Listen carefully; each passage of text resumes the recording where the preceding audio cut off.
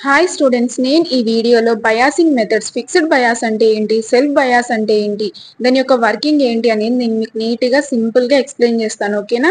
ఇంకా heat sink గురించి కూడా ఎక్స్ప్లెయిన్ చేస్తాను. సో స్టూడెంట్స్, వీడియో లాస్ట్ వరకు చూడండి, ఎక్కడా స్కిప్ చేయకండి. మీకు అర్థమయ్యేలాగే సింపుల్ వర్డ్స్లోని నీట్గా ఎక్స్ప్లెయిన్ చేస్తాను. ఓకేనా? ఫస్ట్ వచ్చేసి బయాసింగ్ మెథడ్స్ అంటే ఏంటంటే మనకి డిస్టోరేషన్ ఫ్రీ అవుట్పుట్ రావడానికి మనకి క్యూ పాయింట్ అనేది ఖచ్చితంగా లోడ్ లైన్ లో మిడిల్ లో ఉండాలి. సో బయాసింగ్ అనేది ఒక ప్రాసెస్ అన్నమాట. మనం ఏం చేస్తామంటే appropriate DC voltages and currents ని మనము అప్లై చేస్తాం ట్రాన్సిస్టర్ కి. అంటే రెసిస్టర్స్ ఇంకా పవర్ సప్లైస్ ని యూజ్ చేసుకొని అప్లై చేస్తాం అనమాట. మనకి క్యూ పాయింట్ అనేది మిడిల్ లో ఉంటే ఏంటంటే అక్కడ యాంప్లిఫికేషన్ అనేది మంచిగా జరిగినట్టు. సో మనకి ఇందులో కామన్ ట్రాన్సిస్టర్ బయాసింగ్ మెథడ్స్ లో fixed bias, collector to base bias, ఇంకా సెల్ఫ్ బయాస్, దీన్ని వోల్టేజ్ డివైడర్ బయాస్ అని కూడా అంటాము. సో స్టూడెంట్స్, ఫస్ట్ వన్ వచ్చేసి ఏంటంటే ఫిక్స్డ్ బయాస్ సర్క్యూట్. ఇక్కడ చూడండి, ఈ ఫిక్స్డ్ బయాస్ లో ఏంటంటే ఇది ఒక సింప్లెస్ట్ డీసీ బయాసింగ్ కాన్ఫిగరేషన్ అన్నమాట. ఇందులో మనకి డీసీ వోల్టేజ్ సోర్స్ విసిసి ఉంటుంది, ఇంకా బేస్ రెసిస్టర్ ఆర్బి ఉంది, ఇంకా కలెక్టర్ రెసిస్టర్ ఆర్సి ఉంది, ఇంకా కప్లింగ్ కెపాసిటర్స్ కూడా ఉన్నాయి సిఇన్ అండ్ సిసి. సో మనము ఈ రెసిస్టర్ ఆర్బి ఉంది కదా, ఇది ఏం చేస్తుందంటే ఫిక్స్డ్ బేస్ కరెంట్ అనేది, ఇది ఫిక్స్డ్ బేస్ కరెంట్ ని ప్రొవైడ్ చేస్తుంది అనమాట. పవర్ సప్లై నుంచి తీసుకొని మనకి ఫిక్స్డ్ బేస్ కరెంట్ అనేది ప్రొవైడ్ చేస్తుంది. సో ఈ కప్లింగ్ కెపాసిటర్ ఏం చేస్తుందంటే సిఇన్ అనేది మనకి డీసీని బ్లాక్ చేసి ఓన్లీ ఏసీ ఇన్పుట్ సిగ్నల్ ని ఎలో చేస్తుంది అనమాట. సో డీసీ అనాలిసిస్ లో కెపాసిటర్స్ అనేవి ఓపెన్ సర్క్యూట్ లాగా యాక్ట్ అవుతాయి, అంటే ఇవి డీసీని బ్లాక్ చేస్తాయి. సో ఈ ఫిక్స్డ్ బయాస్ మెథడ్ ఉంది కదా, ఇది అంత స్టేబుల్ కాదనమాట. ఎందుకంటే టెంపరేచర్ చేంజెస్ కి కానీ లేకపోతే ట్రాన్సిస్టర్ రిప్లేస్మెంట్ లో మనకంత స్టేబుల్ కాదు ఇది. సో ఈ సర్క్యూట్ కి మనం ఏంటంటే input loop, from the input loop of fixed bias configuration, so మనం కేవీఎల్ అప్లై చేస్తే ఇన్పుట్ లూప్ కి అప్పుడు ఏమవుతుందంటే మనకి ఏమొస్తుంది, VCC equal to IBRB plus VBE. So మనం ఈ బేస్ కరెంట్ ని సాల్వ్ చేసాక ఏమొస్తుందంటే IB equal to VCC minus VBE by RB. Current is equal to voltage by resistance. అంతే కదా, మనకు తెలుసు కదా, current is equal to voltage by resistance. So ఈ ఈక్వేషన్ ఏం చూపిస్తుందంటే ఐబి అనేది విసిసి అండ్ ఆర్బితో డిటర్మైండ్ అయిందనమాట. సో ఇది అనేది ట్రాన్సిస్టర్ కరెంట్ గెయిన్ కి ఇండిపెండెంట్. సో బేస్ కరెంట్ అనేది మనకి ఫిక్స్డ్ లో ఉంటుందన్నమాట. ఈ ఫిక్స్డ్ బయాస్ అవుట్పుట్ క్యారెక్టరిస్టిక్స్ ఏంటో చూద్దాం. ఫార్వర్డ్ యాక్టివ్ మోడ్ లో బేస్ ఎమిటర్ జంక్షన్ అనేది ఫార్వర్డ్ బయాస్ అనమాట. ఇంకా బేస్ కలెక్టర్ జంక్షన్ అనేది రివర్స్ బయాస్. సో మనకు కలెక్టర్ కరెంట్ ఎలా వస్తుందంటే IC equal to beta IB అనమాట. మనం ఐసిని యూజ్ చేసుకొని కలెక్టర్ ఎమిటర్ వోల్టేజ్ ఏమొస్తుందంటే VC equal to VCC minus IC into RC. So ఏవైతే కోఆర్డినేట్స్ ఉన్నాయో ఐసి అండ్ విసి అనేవి మనకి క్యూ పాయింట్ ని డిఫైన్ చేస్తాయి అనమాట ట్రాన్సిస్టర్ లో. సో నెక్స్ట్ వచ్చేసి స్టెబిలిటీ ఫ్యాక్టర్. ఈ స్టెబిలిటీ ఫ్యాక్టర్ ఏం చేస్తుందంటే ఎంత సెన్సిటివ్ అంటే మెజర్ చేస్తుంది అనమాట.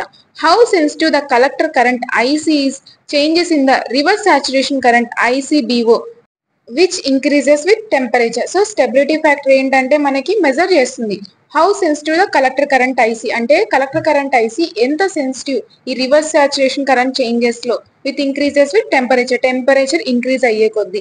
సో ఆల్రెడీ మనకి స్టెబిలిటీ ఫ్యాక్టర్ ఫార్ములా తెలుసు. So S is equal to DIC by DICBO equal to beta plus 1 by 1 minus beta DIB by DIC. So మనకు ఆల్రెడీ ఒక ఈక్వేషన్ అనేది వచ్చింది, IB equal to VCC minus VBE by RB. So ఇక్కడ IB ఏం చూపిస్తుంది అంటే ఇది constant అనమాట. The shows IB is constant. So మనకి ఏమవుతుందంటే DIB by DIC equal to 0. So 1 minus beta into 0 ఏంటి, 0నే కదా. సో స్టెబిలిటీ ఫ్యాక్టర్ ఏమవుతుంది, S is equal to beta plus 1. So మనకి ఫిక్స్డ్ బయాస్ సర్క్యూట్ లో మనకి స్టెబిలిటీ ఫ్యాక్టర్ ఏంటంటే S is equal to beta plus 1 అనమాట. నెక్స్ట్ వచ్చేసి ఫిక్స్డ్ బయాస్ యొక్క డిసడ్వాంటేజ్ ఏంటో చూద్దాం. సో ఫస్ట్ ఏంటంటే థర్మల్ రన్ అవే. మనకి ఈ ఐసిబిఓలో కొంచెం ఇంక్రీజ్ అయినా కానీ టెంపరేచర్ వల్ల ఏమవుతుందంటే మనకి ఐసి అనేది చాలా ఇంక్రీజ్ అయిపోతుంది అనమాట, బీటా ప్లస్ 1 టైమ్స్. సో దీనివల్ల ఏమవుతుందంటే పవర్ డిస్పేషన్ ఇంకా టెంపరేచర్ ఇంక్రీజ్ అయిపోతుంది. దీన్నే థర్మల్ రన్ అవే అంటాం. అంటే ఏంటంటే టెంపరేచర్ ఇంక్రీజ్ అవ్వడం అనమాట. నెక్స్ట్ వచ్చేసి పూర్ స్టెబిలిటీ, అంటే ఐసి అనేది ఈ బీటాకి చాలా సెన్సిటివ్ అనమాట. సో ఇది అనేది ట్రాన్సిస్టర్స్ కి వేరే ఉంటుంది. మనము వేరే ట్రాన్సిస్టర్ అనేది రిప్లేస్ చేస్తే ఏమవుతుందంటే క్యూ పాయింట్ అనేది షిఫ్ట్ అయిపోతుంది అనమాట. Next self bias circuit.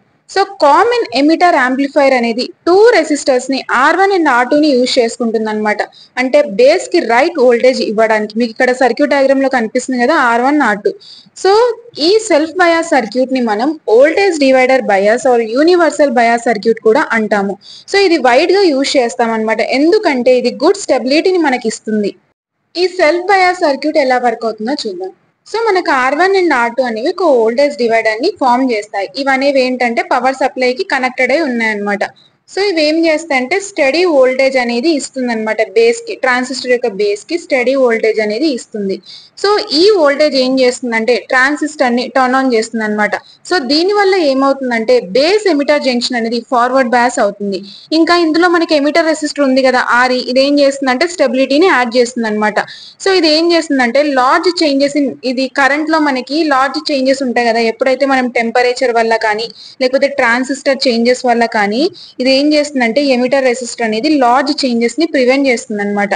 So మనము కెపాసిటర్స్ అనేవి డీసీ అనాలిసిస్ లో ఇగ్నోర్ చేస్తాము, ఆల్రెడీ మనకు తెలుసు. సో డీసీలో ఏంటంటే కెపాసిటర్స్ అనేవి ఓపెన్ సర్క్యూట్ లాగా యాక్ట్ అవుతాయి. అంటే మనకు అందులో కరెంట్ అనేది ఫ్లో అవ్వదు, no current flow through it. So AC signals లో ఏంటంటే ఇది కరెంట్ ని అలో చేస్తుంది అనమాట. సో మనకి డీసీ ఈక్వలెంట్ సర్క్యూట్ ఏమవుతుందంటే we replace the voltage divider with the Thevenin equivalent. అప్పుడు RTH equal to R1 into R2 by R1 plus R2. So VTH ఏమవుతుంది R2 by R1 plus R2 into VCC. తర్వాత మనం ఏం calculate చేస్తాము, base current calculate చేస్తాము, collector current calculate చేస్తాము, ఇంకా collector emitter voltage కూడా. నెక్స్ట్ వచ్చేసి ఎమిటర్ బైపాస్ కెపాసిటర్ యొక్క ఇంపార్టెన్స్ ఏంటో చూద్దాం. సో ఎందుకు యూజ్ చేస్తాం అసలు? ఈ కామన్ ఎమిటర్ యాంప్లిఫైర్ లో ఎమిటర్ రెసిస్టర్ అనేది డీసీ యొక్క స్టెబిలిటీని ఇంప్రూవ్ చేస్తుంది. సో దానికోసం మనం యూజ్ చేస్తాం. బట్ ఏసీ ఆపరేషన్ లో ఏంటంటే ఎమిటర్ రెసిస్టర్ అనేది ఏం చేస్తుందంటే వోల్టేజ్ డ్రాప్ ని క్రియేట్ చేస్తుంది అనమాట ఏసీ సిగ్నల్స్ కి. సో దీనివల్ల ఏమవుతుందంటే అవుట్పుట్ వోల్టేజ్ అనేది రెడ్యూస్ అయిపోతుంది. సో ఈ కెపాసిటర్ లేకపోతే ప్రాబ్లం ఏంటి? సో ఏసీ సిగ్నల్ అనేది మనకి RE రెసిస్టర్ లో ఫ్లో అయితే వోల్టేజ్ డ్రాప్ క్రియేట్ అవుతుంది. ఈ వోల్టేజ్ డ్రాప్ ఏం చేస్తుందంటే యాంప్లిఫైర్ యొక్క గెయిన్ ని రెడ్యూస్ చేస్తుంది అనమాట. సో RE అనేది మనకి బయాసింగ్ కి అవసరమే, థర్మల్ స్టెబిలిటీకి అవసరమే. బట్ ఏంటంటే RE అనేది ఈ ఎమిటర్ రెసిస్టర్ అనేది ఏసీ యొక్క పర్ఫార్మెన్స్ ని హర్ట్ చేస్తుంది అనమాట. సో దీనికి సొల్యూషన్ ఏంటంటే మనం బైపాస్ కెపాసిటర్ అనేది యాడ్ చేస్తాము. సో ఈ బైపాస్ కెపాసిటర్ అనేది ఎమిటర్ రెసిస్టర్ కి ప్యారల్ గా కనెక్ట్ చేస్తాం అనమాట. సో ఈ కెపాసిటర్ అనేది డీసీ అండ్ ఏసీగా డిఫరెంట్ గా బిహేవ్ చేస్తుంది అనమాట.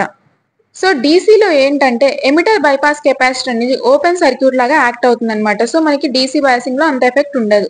సో ఏసీలో ఏంటంటే ఒక షార్ట్ సర్క్యూట్ లాగా యాక్ట్ అవుతుంది. ఏసీ సిగ్నల్స్ అనేవి ఈ ఎమిటర్ రెసిస్టర్ కి బైపాస్ అవుతాయి అనమాట. దీనివల్ల ఏమవుతుందంటే వోల్టేజ్ డ్రాప్ అనేది ప్రివెంట్ అవుతుంది. సో దీనివల్ల ఏమవుతుందంటే AC voltage gain mid band ఉంటుంది కదా, అది ఇంక్రీజ్ అయిపోతుంది అనమాట. ఎట్ ద సేమ్ టైం ఏంటంటే డీసీ స్టెబిలిటీ అనేది అన్ఎఫెక్టెడ్ గా అలాగే మంచిగా ఉంటుంది. Next Thevenin and KVL analysis. So మనం థెవెనియన్ థీరం అనేది అప్లై చేస్తాం అనమాట సర్క్యూట్ కి. So VTH and RTH finding చేయడానికి మనకి ఏంటంటే ఆల్రెడీ మనకి VTH ఉంది, RTH ఉంది. ఏంటివి? VTH equal to VCC into R2 by R1 plus R2, RTH equal to R1 into R2 by R1 plus R2. So మనం KVL లూప్ అనేది apply చేస్తే ఏమవుతుందంటే VTH equal to IB RTH plus VB plus IE RE. ఏమవుతుందంటే next మనకి so ఏమవుతుందంటే IB RTH equal to VTH minus VB minus beta plus 1 IB into RE. So since ఏంటంటే మనకి IE equal to beta plus 1 IB అనమాట. So ఇక్కడ ఏమవుతుందంటే IB RTH plus beta plus 1 IB RE equal to VTH minus VB. మనం ఏం చేస్తామంటే IB అనేది common తీస్తాం అనమాట. అప్పుడు RTH plus beta plus 1 into RE equal to VTH minus VB. So IB ఏమొస్తుందంటే ఎట్ లాస్ట్ మనకి VTH minus VB by RTH plus beta plus 1 into RE. So మనము స్టెబిలిటీ ఫ్యాక్టర్ ని మనకి స్టెబిలిటీ ఫ్యాక్టర్ అని రావడానికి మనం ఏం చేస్తామంటే డిఫరెన్షియేట్ చేస్తాం అనమాట. సో మనకు ఆల్రెడీ స్టెబిలిటీ ఫ్యాక్టర్ ఫార్ములాస్ ఏంటో తెలుసు. So S is equal to DIC by DICBO equal to beta plus 1 by 1 minus beta DIB by DIC. So KVL equation నుంచి ఏంటంటే DIB by DIC equal to minus RE by RTH plus RE. ఇదేం చేస్తామంటే ఇందులో substitute చేస్తాం అనమాట. మనం numerator denominator ని multiply చేస్తే అట్ లాస్ట్ మనకి ఏమవుతుందంటే S equal to beta plus 1 into RTH plus RE by RTH plus RE plus beta RE. So stability అనేది మనకి R1, R2, RE మీద డిపెండ్ అవుతుంది, RC మీద డిపెండ్ అవ్వదు. నెక్స్ట్ వచ్చేసి ఈ సెల్ఫ్ బయాస్ యొక్క అడ్వాంటేజ్ ఏంటంటే వెరీ స్టేబుల్ అనమాట. ఇదేంటంటే మంచిగా టెంపరేచర్ చేంజ్ అయినా కానీ ట్రాన్సిస్టర్ చేంజ్ అయినా కానీ మంచిగా వర్క్ అవుతుంది. ఇందులో మనకి లో స్టెబిలిటీ ఫ్యాక్టర్ అనేది ఉంటుందన్నమాట. అంటే కరెంట్ అనేది స్టడీగా ఉంటుంది, క్యూ పాయింట్ అనేది ఫిక్స్డ్ ఉంటుందన్నమాట. సో యాంప్లిఫైర్ అనేది కరెక్ట్ గా టైంలో ఆపరేట్ అవుతుంది. ఇంకా ఏంటంటే ప్రిఫర్డ్ యాంప్లిఫైర్ సర్క్యూట్స్ లో యూజ్ చేస్తాము. సో ఆటోమేటిక్ కరెంట్ కంట్రోల్ అనమాట. ఎమిటర్ రెసిస్టర్ అనేది మనకి ఫీడ్బ్యాక్ అనేది ప్రొవైడ్ చేస్తుంది అనమాట ఫర్ స్టెబిలిటీకి. సో అడ్వాంటేజ్ ఉన్నాయంటే ఖచ్చితంగా డిసడ్వాంటేజ్ కూడా ఉంటాయి. సో డిసడ్వాంటేజ్ ఏంటంటే ఇందులో ఎక్కువ కాంపోనెంట్స్ అనేవి ఉంటాయి. అంటే రెసిస్టర్స్ ఫిక్స్డ్ ఇవన్నీ మనకు ఉంటాయి కాబట్టి రెసిస్టర్స్. సో నెక్స్ట్ ఏంటంటే డిజైన్ అనేది కొంచెం కాంప్లెక్స్ గా ఉంటుందన్నమాట. నెక్స్ట్ ఇందులో గెయిన్ అనేది చాలా తక్కువగా ఉంటుంది. నెక్స్ట్ ఇందులో ఏంటంటే ఎక్స్ట్రా కెపాసిటర్స్ అనేవి అవసరం అవుతాయి.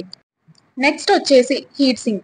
సో హీట్ సింక్ అనేది ఒక మెటాలిక్ డివైస్ అనమాట, యూజువల్ గా అల్యూమినియం ఆర్ కాపర్. సో ఇది ఏం చేస్తుందంటే ఎలక్ట్రానిక్ కాంపోనెంట్స్ లైక్ ట్రాన్సిస్టర్ నుంచి హీట్ ని రిమూవ్ చేస్తుంది. సో ఇది ఏంటంటే డివైస్ ని కూల్ చేస్తుంది అనమాట. అంటే సరౌండింగ్ ఎయిర్ లోకి ఇది హీట్ ని ట్రాన్స్ఫర్ చేసేస్తుంది.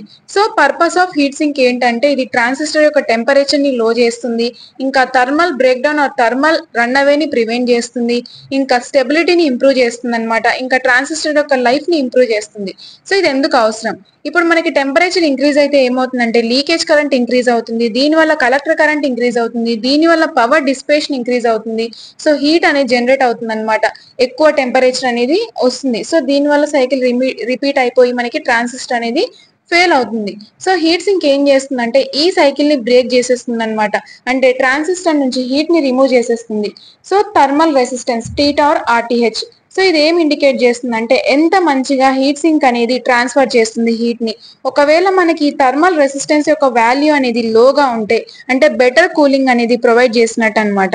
సో ఫార్ములా ఏంటంటే RTH equal to theta JA equal to TJ minus TA by PD. TJ అంటే ఏంటంటే జంక్షన్ టెంపరేచర్ ఆఫ్ ట్రాన్సిస్టర్ అనమాట. సో TA అంటే ambient టెంపరేచర్. నెక్స్ట్ వచ్చేసి PD అంటే పవర్ డిస్పేషన్. సో స్టూడెంట్స్ ఇప్పటి వరకు చెప్పిన టాపిక్స్ అన్ని మీకు అర్థమయ్యాయా? నా ఎక్స్ప్లెనేషన్ మీకు నచ్చినట్టయితే మీ ఫ్రెండ్స్ కి షేర్ చేసి నాకు సపోర్ట్ చేయండి. ఇంకా ఛానల్ ని సబ్స్క్రైబ్ చేయండి. Thank you.